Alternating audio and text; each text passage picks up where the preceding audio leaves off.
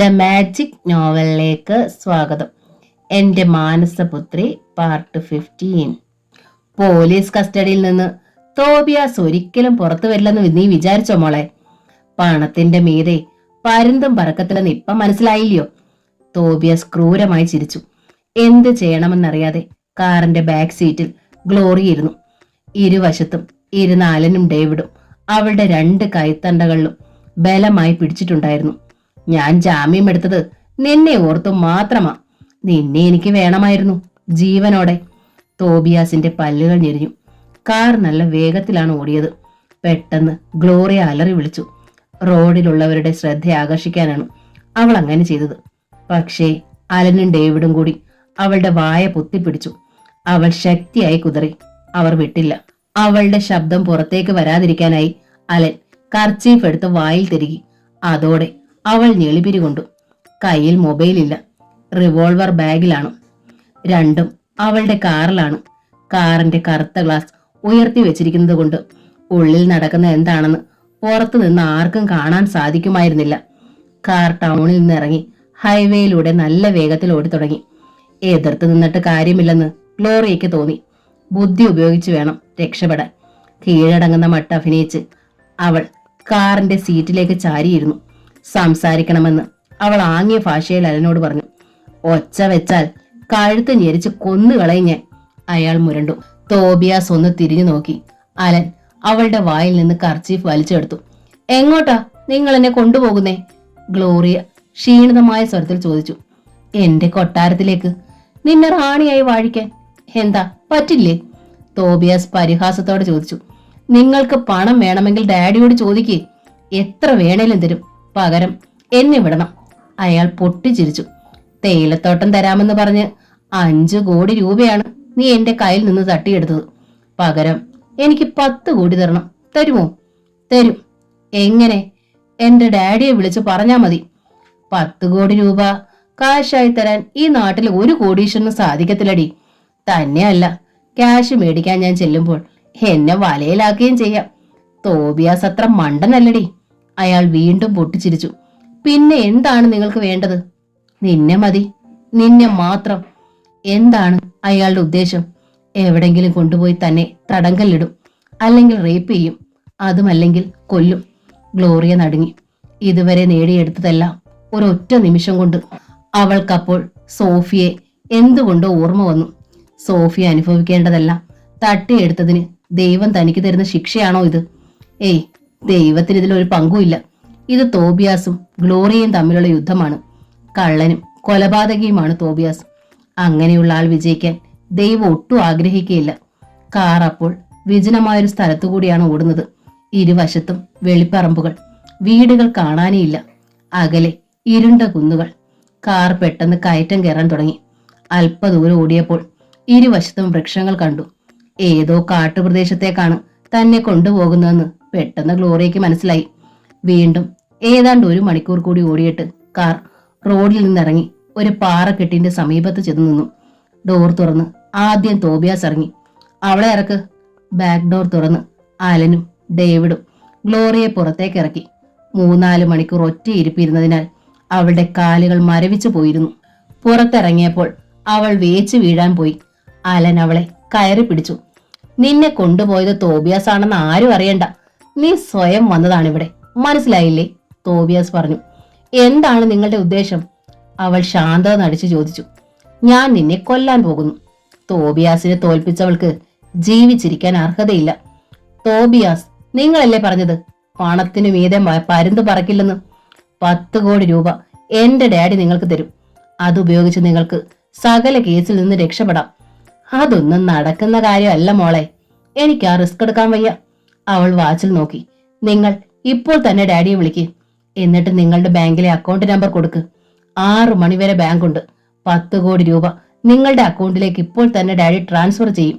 എന്നിട്ട് നിങ്ങൾ ബാങ്ക് മാനേജറെ വിളിച്ച് ചോദിക്കണം. പണം കിട്ടിയെന്ന് ആക്കിയിട്ട് എന്നെ വിട്ടാ മതി. എന്റെ കാറിൽ ഞാൻ തിരിച്ചു പോയിക്കോളാം. പിന്നെ ഒരിക്കലും ഞാൻ നിങ്ങളെ ഉപദ്രവിക്കില്ല, സത്യം. തോബിയാസ് ഒരു നിമിഷം ആലോചിച്ചു. എന്നിട്ട് പോക്കറ്റിൽ നിന്ന് മൊബൈൽ എടുത്തു. ഗ്ലോറിയയുടെ ഹൃദയമിടിപ്പിന്റെ വേഗം കുതിച്ചുയർന്നു. തന്നെ തിരിച്ചു കിട്ടാൻ ഡാഡി ഏത് വ്യവസ്ഥയെ സമ്മതിക്കും. സോറി മോളെ, റേഞ്ച് ഇല്ല. ഇനി തിരിച്ച് റേഞ്ചുള്ള സ്ഥലത്ത് നിന്ന് നിന്റെ ഡാഡിയെ വിളിക്കാനുള്ള ക്ഷമ എനിക്കില്ലാതാനും. അയാൾ മൊബൈൽ വീണ്ടും പോക്കറ്റിലേക്ക് ഇട്ടു. ഗ്ലോറിയ നിശബ്ദയായി അയാളെ തന്നെ നോക്കി നിന്നു. ഓടി രക്ഷപ്പെടാൻ പറ്റുമെന്ന് തോന്നുന്നില്ല. ആരോഗ്യമുള്ള പുരുഷന്മാരാണ് കാവൽ. അലൻ, തോബിയാസ് വിളിച്ചു. ആ വിളിയുടെ അർത്ഥം മനസ്സിലാക്കിയതുപോലെ അലൻ ചെന്ന് കാറിന്റെ ഡാഷ്ബോർഡ് തുറന്നു. ഒരു സിറിഞ്ചും ചെറിയ കുപ്പി മരുന്നും എടുത്തുകൊണ്ട് വന്നു. അത് കണ്ട് അവൾ ഞെട്ടി. മരുന്ന് കുത്തിവെച്ച് തന്നെ കൊല്ലാനാണ് ഉദ്ദേശം. നീ ഉദ്ദേശിച്ചത് ശരി തന്നെയാ മോളെ. നിന്റെ ശരീരത്ത് ഈ മരുന്ന് കുത്തിവെക്കാൻ പോവാ. പക്ഷേ ഇത് വിഷമല്ല, മയങ്ങാനുള്ളൊരു മരുന്നാണ്. അരമണിക്കൂർ മാത്രമേ ഇതിന്റെ എഫക്റ്റ് നിലനിൽക്കൂ. അലന്റെ കയ്യിൽ നിന്ന് തോബിയാസ് ആ സിറിഞ്ചും മരുന്നും വാങ്ങി. എന്നിട്ട് സിറിഞ്ചിലേക്ക് ആ നിറമില്ലാത്ത ദ്രാവകം കുത്തിയെടുത്ത് നിറച്ചു. ഗ്ലോറിയ മിഴിച്ചു നോക്കി നിന്നു. തൊട്ടടുത്ത് ഒരു വലിയ തടാകമുണ്ട്, ചീങ്കണ്ണികളുള്ള തടാകം. നീ മയങ്ങിക്കഴിഞ്ഞാൽ ഞങ്ങൾ നിന്നെ തടാകത്തിലേക്ക് എറിയും. ബാക്കിയുള്ള കാര്യം ചീങ്കണ്ണികൾ നോക്കിക്കോളും. ഗ്ലോറിയ നടുങ്ങി. രക്ഷപ്പെടാനായി അവൾ കുതിച്ചു. പക്ഷേ അലനും ഡേവിഡും ഇരു കൈകളിലും ബലമായി പിടിച്ച് അവളെ നിർത്തി. ദേഹോപദ്രവം ഏൽപ്പിക്കരുത് അവളെ. അഥവാ ഇനി അവളുടെ ഡെഡ് ബോഡി കിട്ടിയാലും പിടിവലി ഉണ്ടായിട്ടാണ് മരിച്ചതെന്ന് പോസ്റ്റ്മോർട്ടത്തിൽ തെളിയരുത്. ആത്മഹത്യ അല്ലെങ്കിൽ അപകട മരണം. തോമസ് വീണ്ടും ചിരിച്ചു. അയാൾ സെറിഞ്ചുമായി അവളെ സമീപിച്ചു. എന്നെ കൊല്ലരുതേ, പ്ലീസ് എന്നെ കൊല്ലരുതേ, അവൾ അലറി അലറി വിളിച്ചു. തോബിയാസ് അതൊന്നും വകവെക്കാതെ ഗ്ലോറിയയുടെ കൈത്തണ്ടയിലേക്ക് സൂചി കുത്തിയിറക്കി. അവളുടെ ശരീരത്തിലേക്ക് മരുന്ന് മുഴുവൻ കയറ്റി. അവൾ അലന്റെയും ഡേവിഡിന്റെയും കൈകളിൽ കിടന്ന് പിടഞ്ഞു. 2 മിനിറ്റ് കഴിഞ്ഞപ്പോഴേക്കും അവളുടെ ചലനങ്ങൾ അവസാനിച്ചു. ബോധരഹിതയായി അവളുടെ നെഞ്ചിലേക്ക് തല താഴ്ന്നു. പോകാം, തോബിയാസ് പറഞ്ഞു. അലനും ഡേവിഡും ഗ്ലോറിയയുടെ ശരീരം കാറിന്റെ ബാക്ക് സീറ്റിലേക്ക് എടുത്തു വെച്ചു. അവർ വീണ്ടും യാത്ര തുടർന്നു. അല്പം കഴിഞ്ഞപ്പോൾ വിശാലമായൊരു തടാകക്കരയിലെത്തി. കാറുകൾ വീണ്ടും നിന്നു. അലനും ഡേവിഡും ഗ്ലോറിയയുടെ ശരീരവും കൊണ്ട് പുറത്തേക്കിറങ്ങി. അലൻ അവളുടെ തലയ്ക്കിലും ഡേവിഡ് കാലുകളിലുമാണ് പിടിച്ചിരുന്നത്. ഗ്ലോറിയെ വെള്ളത്തിലേക്ക് വലിച്ചെറിയാൻ ആയം പിടിച്ചവർ നിന്നു. 1, 2, 3 തോബിയാസ് നിർത്തി നിർത്തി പറഞ്ഞു. 3 എന്ന് കേട്ടതോടെ അലനും ഡേവിഡും അവളുടെ ശരീരം തടാകത്തിലേക്ക് വലിച്ചെറിഞ്ഞു. അന്തരീക്ഷത്തിലേക്ക് അല്പമൊന്ന് ഉയർന്നിട്ട് ആ ശരീരം ശബ്ദത്തോടെ വെള്ളത്തിലേക്ക് വന്നു പതിച്ചു. ചിതറിത്തെറിച്ച വെള്ളത്തിൽ ഓളങ്ങൾ അടങ്ങിയപ്പോഴേക്കും ഗ്ലോറിയ തടാകത്തിന്റെ അടിത്തട്ടിലേക്ക് അപ്രത്യക്ഷമായി കഴിഞ്ഞിരുന്നു. ഒരു നിമിഷം 3 പേരും കാത്തുനിന്നു. പോകാം, ഒടുവിൽ തൃപ്തിയോടെ തോബിയാസ് പറഞ്ഞു. അവർ മടങ്ങിപ്പോയി. മഞ്ചരി ഉണർന്നപ്പോൾ കാവ്യ മുറിയിലില്ല. അവൾ എഴുന്നേറ്റ് കിടക്കയിലിരുന്നു. ടൈം പീസിൽ മണി 4 കഴിഞ്ഞു 10 മിനിറ്റ്. അവൾ ജനാലയുടെ അടുത്തേക്ക് ചെന്നു പുറത്തേക്ക് നോക്കി. വെയിലിന്റെ ശക്തി കുറഞ്ഞിരിക്കുന്നു. ഹോസ്റ്റലിന്റെ പിന്നിലെ വോളിബോൾ കോർട്ടിൽ കുട്ടികൾ കളിക്കുന്നുണ്ട്. പെട്ടെന്ന് വാതിൽ തുറന്ന് കാവ്യ മുറിയിലേക്ക് കയറി വന്നു. അവൾ കുളി കഴിഞ്ഞുള്ള വരവായിരുന്നു. കയ്യിൽ ബാത്ത് ബക്കറ്റും സോപ്പ് പെട്ടിയും. രാജകുമാരി ഉണർന്നോ? കളിമട്ടിൽ കാവ്യ ചോദിച്ചു. നീ എന്താടി എന്നെ വിളിക്കാഞ്ഞേ? മണി 4 കഴിഞ്ഞു. മഞ്ചരി പരിഭവിച്ചു. ഉച്ചയ്ക്ക് 1 മണിയായപ്പോ ഞാൻ നിന്നെ വിളിച്ചു. ഓർമ്മയില്ലേ അതൊന്നും? നീ കണ്ണു തുറന്നു നോക്കിയിട്ട് പിന്നെയും പോത്തുപോലെ കിടന്നുറങ്ങി. ഒരു പാവത്തിന് ഗസ്റ്റ് റൂമിൽ കൊണ്ടുചെന്ന് താമസിപ്പിച്ചിട്ടില്ലേ? പിന്നെ അതിനെയും വിളിച്ചോണ്ട് മെസ്സിൽ ചെന്ന് ഞാൻ ഊണ് കഴിച്ചു. അയ്യോ, ഞാൻ ആ കുട്ടിയുടെ കാര്യം അങ്ങ് മറന്നു. എക്സ്കർഷന് 3 ദിവസം അടിച്ചു പൊളിച്ചില്ലേ? പിന്നെ യാത്രാക്ഷീണോ? ഞാനങ്ങ് ഉറങ്ങിപ്പോയി. സോഫി എവിടെ? ഗസ്റ്റ് റൂമിലുണ്ട്. നിന്റെ കാര്യം പലവട്ടം ചോദിച്ചു. ഞാൻ പറഞ്ഞു ഉറക്കമാണെന്ന്. വാ, നമുക്ക് പോയൊന്ന് കണ്ടിട്ട് വരാം. മഞ്ചരി എഴുന്നേറ്റു. തൽക്കാലം നീ പോയി കുളിക്ക്, എന്നിട്ട് ചായ കുടിക്കാൻ പോവാം. കറക്റ്റ്, ഞാൻ ഇപ്പൊ വരാം. മുടിയിൽ എണ്ണ പുരട്ടി മഞ്ചരി ബാത്റൂമിലേക്ക് പോയി. വഴിയിൽ നിന്ന് കിട്ടിയ സോഫിയെ അവർ കോളേജ് ഹോസ്റ്റലിലേക്കാണ് കൊണ്ടുവന്നത്. റെയിൽവേ സ്റ്റേഷനിൽ നിന്ന് രക്ഷപ്പെട്ട കഥ അവൾ പറഞ്ഞപ്പോൾ എല്ലാവർക്കും സഹതാപമായി. നമുക്ക് സോഫിയെ ഗസ്റ്റ് റൂമിൽ താമസിപ്പിക്കാം സിസ്റ്ററെ. നേരം വെളുത്തിട്ട് പൊയ്ക്കോട്ടെ, മഞ്ചരി പറഞ്ഞു. സിസ്റ്റർ രസമല്ല അത് സമ്മതിക്കുകയും ചെയ്തു. വെളുപ്പിന് 4 മണിക്കാണ് എക്സ്കർഷൻ പാർട്ടി ഹോസ്റ്റലിൽ എത്തിയത്. സോഫിയയ്ക്ക് ഗസ്റ്റ് റൂം തുറന്നു കൊടുക്കുകയും ചെയ്തു. പിന്നെ എല്ലാവരും അക്കാര്യം മറന്നു. മഞ്ചരി കുളി കഴിഞ്ഞ് ഡ്രസ്സ് മാറി. എന്നിട്ട് കാവ്യയുമൊത്ത് ഗസ്റ്റ് റൂമിലേക്ക് ചെന്നു. സോറി സോഫിയ, ഞാൻ വല്ലാതങ്ങ് ഉറങ്ങിപ്പോയി. ഇപ്പോഴാ ഉണർന്നത്, ക്ഷമാപണം പോലെ മഞ്ചരി പറഞ്ഞു. സോഫിയ പുഞ്ചിരിച്ചു. അതൊരു വിഷാദം നിറഞ്ഞ ചിരിയായിരുന്നു. വാ, നമുക്ക് ചായ കുടിക്കാൻ പോവാം. കാവ്യ പറഞ്ഞു. 3 പേരും ഹാളിൽ ചെന്ന് ഒരു മേശയുടെ ചുറ്റും ഇരുന്നു. കാവ്യ ചെന്ന് 3 പേർക്കും ചായയും പഴം പൊരിയും വാങ്ങിക്കൊണ്ടുവന്നു. നമ്മൾ ശരിക്കും പരിചയപ്പെട്ടിട്ടില്ലല്ലോ. എന്റെ പേര് പറഞ്ഞല്ലോ, മഞ്ചരി. ഇവൾ കാവ്യ. ഞാൻ BSc ഫസ്റ്റ് ഇയർ ആണ്. ഞങ്ങൾ മൈസൂറിലും ബാംഗ്ലൂരിലും ടൂർ പോയിട്ട് വരുന്ന വഴിയാണ് സോഫിയയെ. എന്നേക്കാൾ 2 വയസ്സ് ഇളയതാണല്ലോ മഞ്ചരിയും കാവ്യയും. ഞാൻ ഇക്കൊല്ലം BA ഫൈനൽ ഇയർ പഠിക്കുമായിരുന്നു, സോഫിയ പറഞ്ഞു. എന്നുവെച്ചാൽ ഇക്കൊല്ലം പഠിക്കുന്നില്ലേ? കാവ്യ ചോദിച്ചു. ഇല്ല. അതെന്താ? മഞ്ചരി ചോദിച്ചു. സോഫിയ മറുപടി പറയാതെ മുഖം കുനിച്ചിരുന്നതേ ഉള്ളൂ. എന്തൊക്കെയോ ദുരൂഹത നിറഞ്ഞതാണ് സോഫിയയുടെ ജീവിതമെന്ന് ഇന്നലെ തന്നെ എനിക്ക് തോന്നിയതാണ്. അല്ലെങ്കിൽ പിന്നെ ഒറ്റയ്ക്ക് രാത്രിയിൽ ആ നേരത്ത് റെയിൽവേ സ്റ്റേഷനിൽ വരില്ലല്ലോ, മഞ്ചരി പറഞ്ഞു. ഒരാപത്തിൽ നിന്ന് രക്ഷപ്പെടാനാണ് ഞാൻ താമസിച്ചുകൊണ്ടിരുന്ന വീട്ടിൽ നിന്ന് രാത്രിയിൽ ഇറങ്ങി ഓടിയത്. താമസിച്ചുകൊണ്ടിരുന്ന വീടെന്ന് പറഞ്ഞ സോഫിയയുടെ സ്വന്തം വീട് എവിടെയാണ്? കാവ്യ ചോദിച്ചു. എനിക്ക് സ്വന്തമായി വീടില്ല. ഒരു ഓർഫനേജിലാണ് ഞാൻ വളർന്നത്. എനിക്ക് അപ്പനും അമ്മയും ഇല്ല. പിന്നെ എങ്ങനെയാണ് ഇപ്പോൾ താമസിച്ചുകൊണ്ടിരുന്ന വീട്ടിലെത്തിയത്? മഞ്ചരി ചോദിച്ചു. തുടക്കം മുതലുള്ള കഥകൾ സോഫിയ അവരോട് പറഞ്ഞു. അത്ഭുത സ്തബ്ധരായിട്ടാണ് അവർ ആ കഥകൾ കേട്ടിരുന്നത്. സോഫിയ ഇനിയിപ്പോ എങ്ങോട്ട് പോകും? എല്ലാം കേട്ട് കഴിഞ്ഞപ്പോൾ മഞ്ചരി ചോദിച്ചു. എനിക്കറിയില്ല. പ്രകാശ് സാറിന്റെ നമ്പർ കയ്യിലില്ലേ? നമുക്ക് വിളിക്കാം. പുള്ളി പറയുന്നത് പോലെ ചെയ്താൽ മതി, കാവ്യ പറഞ്ഞു. ചായ കുടിച്ചിട്ട് 3 പേരും പുറത്തേക്ക് ഇറങ്ങി. മഞ്ചരി അവളുടെ മൊബൈൽ എടുത്തുകൊണ്ട് വന്നു. വീണ്ടും അവർ ഗസ്റ്റ് റൂമിൽ ഒത്തുകൂടി. പ്രകാശ് സാറിന്റെ നമ്പർ താ, ഇതിൽ നിന്ന് വിളിക്കാം, മഞ്ചരി പറഞ്ഞു. എയർ ബാഗ് തുറന്ന് നോട്ട്ബുക്കിൽ വെച്ചിരുന്ന ഒരു കടലാസ് കഷ്ണം എടുത്ത് സോഫിയ കൊടുത്തു. ജോളി എഴുതി കൊടുത്ത നമ്പറാണ് അതിലുണ്ടായിരുന്നത്. മഞ്ചരി ആ നമ്പർ ഡയൽ ചെയ്ത് നോക്കി. ഈ നമ്പർ നിലവിലില്ല എന്ന അറിയിപ്പാണ് വീണ്ടും വീണ്ടും അവൾക്ക് കിട്ടിയത്. നമ്പർ തെറ്റാണല്ലോ സോഫിയ, നിലവിലില്ലാത്ത നമ്പറാണ്. ഇതെങ്ങനെ സംഭവിച്ചു? മഞ്ചരി ചോദിച്ചു. ചിലപ്പോൾ ജോളി എഴുതിയെടുത്തപ്പോൾ നമ്പർ തെറ്റിയതായിരിക്കും, അവൾ ഞെട്ടലോടെ പറഞ്ഞു. പ്രകാശ് സാർ എന്നാണ് വരുന്നത്? കാവ്യ ചോദിച്ചു. 7-ാം തീയതിയാണ്. ഇനി 2 ആഴ്ച കൂടി കഴിയണം. സാരമില്ല, അതുവരെ സോഫിയക്ക് ഇവിടെ താമസിക്കാം. ഞാൻ ഇസബella സിസ്റ്ററോട് പറയാം, മഞ്ചരി അവളെ സമാധാനിപ്പിച്ചു. നന്ദിയുണ്ട്, നിറകണ്ണുകളോടെ സോഫിയ പറഞ്ഞു. അപ്പോഴാണ് മഞ്ചരിയുടെ മൊബൈലിൽ ഒരു കോൾ വന്നത്. വീട്ടിൽ നിന്നാ. അവൾ ഫോണുമായി വരാന്തയിലേക്ക് ഇറങ്ങിപ്പോയി. അച്ഛന്റെ അമ്മയുടെ ഒരേ ഒരു മോളാ മഞ്ചരി. ആഴ്ചയിൽ ഒരിക്കൽ വീട്ടിൽ പോകും അവൾ. വെള്ളിയാഴ്ച വൈകുന്നേരം കാർ വരും, തിങ്കളാഴ്ച രാവിലെ കൊണ്ടുവിടും, കാവ്യ പറഞ്ഞു. എത്ര ഭാഗ്യവതിയാണ് മഞ്ചരി, സോഫി വിചാരിച്ചു. അച്ഛൻ വലിയ വക്കീല, അമ്മയ്ക്ക് ജോലിയൊന്നുമില്ല, പക്ഷേ ഭയങ്കര സ്വത്തുകാരിയാ. മഞ്ചരി അല്പനേരം കഴിഞ്ഞപ്പോൾ തിരിച്ചു വന്നു. നാളെ ഞാൻ വീട്ടിലേക്ക് പോകുന്നു. 2 ദിവസം കഴിഞ്ഞേ വരൂ. പക്ഷേ സോഫി വിഷമിക്കണ്ട, 2 ആഴ്ച കഴിഞ്ഞേ സോഫി ഇവിടുന്ന് പോകുന്നുള്ളൂ എന്ന് സിസ്റ്ററോട് ഞാൻ പറഞ്ഞോളാം. എന്റെ ഗസ്റ്റാണ് സോഫിയ, അവൾ പറഞ്ഞു. അപ്പോൾ തന്നെ മഞ്ചരി ചെന്ന് സിസ്റ്റർ ഇസബല്ലയെ കണ്ടു. അത് നടക്കത്തില്ലല്ലോ മഞ്ചരി, നാളെ തന്നെ അതിന്റെ വീട്ടിലേക്ക് പോകാൻ പറ.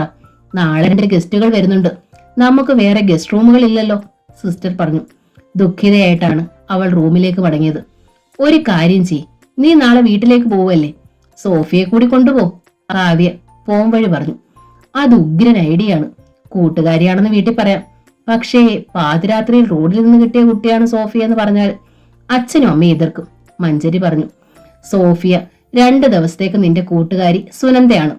അച്ഛനും അമ്മയും ഗൾഫിൽ. അങ്ങനെ അഭിനയിക്കാൻ പറ സോഫിയോട്. 2 പേരും കൂടി സോഫിയെ കണ്ട് സംസാരിച്ചു. ആദ്യം അവൾ സമ്മതിച്ചില്ലെങ്കിലും പിന്നെ വഴങ്ങി. പിറ്റേന്ന് മഞ്ചരിയുടെ വീട്ടിൽ നിന്ന് കാർ വന്നു. 2 മണിക്കൂർ യാത്രയ്ക്ക് ശേഷം വലിയൊരു 2 നില വീടിന്റെ മുമ്പിൽ ചെന്ന് വണ്ടി നിന്നു. കാറിൽ നിന്ന് മഞ്ചരിയും സോഫിയെ ഇറങ്ങി. അപ്പോഴേക്കും സുന്ദരിയായ ഒരു മധ്യവയസ്ക പുറത്തേക്ക് വന്നു. ഇതാണ് എന്റെ അമ്മ, മിസ്സിസ് സന്ധ്യ മേനോൻ. അമ്മേ, ഇതാണ് എന്റെ കൂട്ടുകാരി സുനന്ദ, മഞ്ചരി പരിചയപ്പെടുത്തി. സന്ധ്യ മേനോന്റെയും സോഫിയുടെയും കണ്ണുകൾ കൂട്ടിമുട്ടി. പെട്ടെന്ന് സന്ധ്യയുടെ മാറിടങ്ങൾ അറിയാതെ ചുരുന്നു. ദൈവമേ, എന്താണിങ്ങനെ? അവർ ഞെട്ടി. സുനന്ദയോ? ഇങ്ങനൊരു കൂട്ടുകാരികളെ കുറിച്ച് നീ ഇതുവരെ എന്നോട് പറഞ്ഞിട്ടില്ലല്ലോ മോളെ. സോഫിയയുടെ മുഖത്തു നിന്ന് കണ്ണുകൾ എടുക്കാതെയാണ് സന്ധ്യ അത് പറഞ്ഞത്. അതോടെ മഞ്ചരി വെട്ടിലായി. എന്റെ കൂട്ടുകാരി എന്ന് പറഞ്ഞത് എന്റെ ഫ്രണ്ട് ദീപ അമ്മയ്ക്ക് അറിയില്ലേ? ദീപയുടെ ഫ്രണ്ടാണ് സുനന്ദ. അവൾ വീണെടുത്ത് കടന്നുരുണ്ടു. ദീപയെ സന്ധ്യയ്ക്ക് അറിയാം. വിഷുവിന് അവൾ മഞ്ചരിയോടൊപ്പം വീട്ടിൽ വന്നിട്ടുണ്ട്. സോഫിയയുടെ ശരീരം എന്തുകൊണ്ടോ ബലഹീനമായി. കള്ളത്തരം മഞ്ജരിയുടെ അമ്മ കണ്ടുപിടിക്കുമോ എന്നവൾ ഭയന്നു. മോൾ വാ, അവളുടെ കൈ പിടിച്ച് സന്ധ്യ പറഞ്ഞു. അതോടെ മഞ്ജരിക്ക് ആശ്വാസമായി. മനോഹരമായി അലങ്കരിച്ച വിശാലമായൊരു സ്വീകരണ മുറിയിലേക്കാണ് അവർ ചെന്നത്. കണ്ണാടി പോലെ തിളങ്ങുന്ന മാർബിൾ തറയിലേക്ക് കാലുകുത്തിയപ്പോൾ സോഫിയയുടെ ഉള്ളൊന്ന് കിടുങ്ങി. അർഹതയില്ലാത്തടത്താണോ താൻ എത്തിയിരിക്കുന്നത്? സുനന്ദ ഇരിക്കൂ, സന്ധ്യ പറഞ്ഞു. പതുപതുത്ത സെറ്റിയിൽ അവൾ മടിയോടെ ഇരുന്നു. സന്ധ്യ അടുത്തിരുന്നു. അഡ്വക്കേറ്റ് ചന്ദ്രശേഖരൻ മേനോൻ ഇല്ലേ ഇവിടെ? മഞ്ജരി പെട്ടെന്ന് ചോദിച്ചു. അച്ഛൻ രാവിലെ ഓഫീസിൽ പോയി, സന്ധ്യ പറഞ്ഞു. ഇന്ന് ശനിയാഴ്ചയല്ലേ, കോടതിയില്ലല്ലോ. തിങ്കളാഴ്ച ഏതോ പ്രധാനപ്പെട്ട കേസ് വാദത്തിന് വരുന്നുണ്ട്, അത് പഠിക്കാനാണെന്ന് തോന്നുന്നു. സന്ധ്യയുടെ മുഖത്തേക്ക് തന്നെ നോക്കി സോഫി ഇരുന്നു. എത്ര സുന്ദരിയാണ് മഞ്ജരിയുടെ അമ്മ. വെള്ളക്കല്ല് വധിച്ച മൂക്കുത്തി അവരുടെ മുഖത്തിന് പ്രത്യേക ശോഭ നൽകുന്നു. പെട്ടെന്ന് സോഫിയയുടെ നേരെ തിരിഞ്ഞ് സന്ധ്യ ചോദിച്ചു, എവിടാ മോളുടെ വീട്? എറണാകുളത്താണ്, മഞ്ജരി പറഞ്ഞു. തന്നെ അവൾ രക്ഷപ്പെടുത്തിയതാണെന്ന് സോഫിയയ്ക്ക് മനസ്സിലായി. ഏത് സ്ഥലപ്പേര് പറയണമെന്നോർത്ത് താൻ വിഷമിച്ചേനെ. അച്ഛൻ എന്ത് ചെയ്യുന്നു? സന്ധ്യ ചോദിച്ചു. അച്ഛൻ രാധാകൃഷ്ണൻ നായർ ഷിപ്പ്യാർഡിൽ എഞ്ചിനീയർ ആണ്. അമ്മ സുജാത ഗവൺമെന്റ് ഗേൾസ് സ്കൂളിൽ ടീച്ചറാണ്. അനിയൻ ഗോപികൃഷ്ണൻ 10ൽ പഠിക്കുന്നു. പോരെ കുടുംബപുരാണം? കളിമട്ടിൽ മഞ്ജരി ചോദിച്ചു. നിന്നോടല്ല ഞാൻ ചോദിച്ചത്, സുനന്ദയോടാ. ശാസനാഭാവത്തിൽ സന്ധ്യ അവളെ നോക്കി. ഞങ്ങൾ പച്ച വെള്ളം പോലും കുടിക്കാതെ രാവിലെ ഇറങ്ങി. വിശന്ന് വയറ് കരിയുന്നു. ചോദ്യോത്തര പടക്തി അവസാനിപ്പിച്ചിട്ട് അമ്മ ബ്രേക്ക്ഫാസ്റ്റ് എടുത്ത് വെക്ക്. ഞാനത് മറന്നു, സോറി മോളെ, ഇപ്പൊ തരാം. സന്ധ്യ പെട്ടെന്ന് എഴുന്നേറ്റ് അടുക്കളയിലേക്ക് പോയി. സോഫിയും മഞ്ജരിയും പരസ്പരം നോക്കി. ഞാൻ വിചാരിച്ച് പെട്ടുപോയിന്ന്. അമ്മയൊരു പാവമായതുകൊണ്ട് നമ്മൾ രക്ഷപ്പെട്ടു, മഞ്ജരി പറഞ്ഞു. സത്യം പറഞ്ഞാൽ മതിയായിരുന്നു. എന്തിനാ വെറുതെ പാവം അമ്മേ? സോഫിയ അസ്വസ്ഥതയോടെ അവളെ നോക്കി. എന്റെ അച്ഛനൊരു വക്കീലാ മോളെ. നറു റോഡിൽ നിന്ന് പാതിരാത്രിയിൽ എനിക്ക് കിട്ടിയ കൂട്ടുകാരിയാണ് സോഫി എന്നറിഞ്ഞാൽ ഈ വീട്ടിൽ അച്ഛൻ പ്രവേശനം തരില്ല. അതിന് നമ്മൾ ഒരു നമ്പർ ഇട്ടു, അത്രേ ഉള്ളൂ. അച്ഛൻ എന്നോട് എന്തെങ്കിലും ചോദിച്ചാൽ? വേവലാതിയോടെ സോഫിയ അവളെ നോക്കി. പേടിക്കണ്ട, ഞാനില്ലേ. സോഫിയ വാ, മുകളിലാണ് നമ്മുടെ മുറി. ബാഗും എടുത്ത് സ്റ്റെയർ കേസ് കയറി അവർ മുകളിലെത്തി. അടഞ്ഞു കിടന്നിരുന്ന ഒരു മുറിയുടെ വാതിൽ മഞ്ജരി തുറന്നു. മനോഹരമായൊരു സൈഡ് റൂം ആയിരുന്നു അത്. ഇതാണ് സോഫിയയുടെ മുറി. ചെന്ന് ഫ്രഷ് ആകൂ. തൊട്ടടുത്ത മുറിയാണ് എന്റേത്. 5 മിനിറ്റിനകം ഞാൻ വരാം. മഞ്ജരി അടുത്ത മുറിയിലേക്ക് പോയി. സോഫിയ ഉള്ളിലേക്ക് കയറി വാതിലടച്ചു. കടഞ്ഞെടുത്ത വീട്ടിക്കട്ടിൽ, അതേ രീതിയിലുള്ള മേശയും കസേരയും, വിലപിടിപ്പുള്ള ഫർണിഷിംഗ്. അവൾ ബാത്റൂമിന്റെ വാതിൽ തുറന്നു. ആധുനിക രീതിയിലുള്ള കുളിമുറിയായിരുന്നു അത്. വാഷ് ബേസിന്റെ മീതെ വലിയ നീല കണ്ണാടി. കണ്ണാടിയിൽ തന്റെ പ്രതിച്ഛായ കണ്ട് സോഫിയ തുറച്ചു നോക്കി. മഞ്ജരിയുടെ അമ്മയുടെ മുഖത്തിന്റെ അതേ ആകൃതിയാണ് തന്റെ മുഖത്തിന്. ശരീരത്തിനും അതേ നിറം തന്നെ. അത്ഭുതം തന്നെ. അവൾ മുഖം കഴുകി തുടച്ചു. മുടിയൊന്ന് ചീകി വെച്ചിട്ട് വാതിൽ തുറന്നു. അപ്പോഴേക്കും മഞ്ജരി വന്നു. താഴേക്ക് പോകാം. അവർ ഡൈനിങ് മുറിയിലേക്ക് ചെന്നു. വലിയ മേശമേൽ പലതരം വിഭവങ്ങൾ നിരന്നിട്ടുണ്ടായിരുന്നു. നെയ്യ് പുരട്ടി ചുട്ട ദോശ, തേങ്ങാ ചമ്മന്തി, സാമ്പാർ, ഏത്തപ്പഴം, പുഴുങ്ങിയത്, ഞാലിപ്പൂവൻ പഴം. കഴിക്കുമോളെ. ഗ്ലാസുകളിലേക്ക് ചായ പകർന്നു കൊടുത്ത് 2 പേരുടെ അടുത്ത് സന്ധ്യ ഇരുന്നു. എക്സ്കർഷന് പോയ വിശേഷങ്ങളും കോളേജിലെ കാര്യങ്ങളും വാതോരാതെ മഞ്ജരി പറഞ്ഞുകൊണ്ടിരുന്നു. അത് നന്നായി എന്ന് സോഫിയയ്ക്ക് തോന്നി. മഞ്ജരിയുടെ അമ്മ തന്നോടൊന്നും ചോദിക്കില്ലല്ലോ. മൈസൂറിൽ പോയിട്ട് നീ എനിക്ക് എന്തെങ്കിലും കൊണ്ടുവന്നോ? കൊച്ചുകുട്ടിയുടെ കൗതുകത്തോടെ സന്ധ്യ ചോദിച്ചു. അമ്മയ്ക്ക് പറ്റിയതൊന്നും മൈസൂറിലും ബാംഗ്ലൂരിലും കണ്ടില്ലമ്മേ. എന്നെ പറ്റിക്കാൻ നോക്കല്ലേ. ഞാൻ ബാംഗ്ലൂരിൽ 3 വർഷം പഠിക്കാനായി താമസിച്ചതാ. മൈസൂറിലും പോയിട്ടുണ്ട്. നല്ല സിൽക്ക് സാരികൾ കിട്ടും അവിടുത്തെ കടകളിൽ.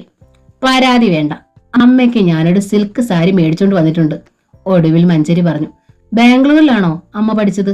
സോഫിയ ചോദിച്ചു. അതേ മോളെ. ഏതോ ഓർമ്മയിൽ പെട്ടെന്ന് സന്ധ്യയുടെ മനസ്സ് തരളിതമായി. ബ്രേക്ക്ഫാസ്റ്റ് കഴിച്ചിട്ട് മഞ്ജരി ചെന്നു ബാഗിൽ നിന്ന് അമ്മയ്ക്കുള്ള സമ്മാനം എടുത്തുകൊണ്ട് വന്നു. ഇളം പച്ച നിറത്തിൽ മെറൂൺ മുന്താണിയും ബോർഡറുമുള്ള ആ പട്ടുസാരി സന്ധ്യയ്ക്ക് ഒരുപാട് ഇഷ്ടമായി. അതിനുശേഷം സോഫിയെ വീടിന്റെ എല്ലാ മുറികളിലും കൊണ്ടുപോയി കാണിച്ചു. പിന്നെ പൂന്തോട്ടത്തിലേക്ക് പോയി. സംസാരിച്ചത് മുഴുവൻ മഞ്ജരിയാണ്. എല്ലാം കേട്ട് സോഫി ഒപ്പം നടന്നതേ ഉള്ളൂ. ഉച്ചയായപ്പോൾ വക്കീൽ ഓഫീസിൽ നിന്ന് ചന്ദ്രശേഖര മേനോൻ വന്നു. വെള്ള നിറത്തിലുള്ള വലിയ കാറായിരുന്നു അദ്ദേഹത്തിൻ്റെത്. വെളുത്തു മെലിഞ്ഞ സൗമ്യ പ്രകൃതമുള്ള ഒരു 50കാരനായിരുന്നു ചന്ദ്രശേഖര മേനോൻ. കണ്ടാൽ ആളൊരു പാവമാണെന്ന് തോന്നുമെങ്കിലും കോടതിയിൽ അച്ഛൻ ഈറ്റ പുലിയാണ്, രഹസ്യമായി മഞ്ചരി പറഞ്ഞു. അച്ഛാ, ഇതെന്റെ കൂട്ടുകാരി സുനന്ദയാണ്. അവളെ മഞ്ചരി അച്ഛന് പരിചയപ്പെടുത്തി. നിന്റെ ക്ലാസ്മേറ്റ് ആണോ?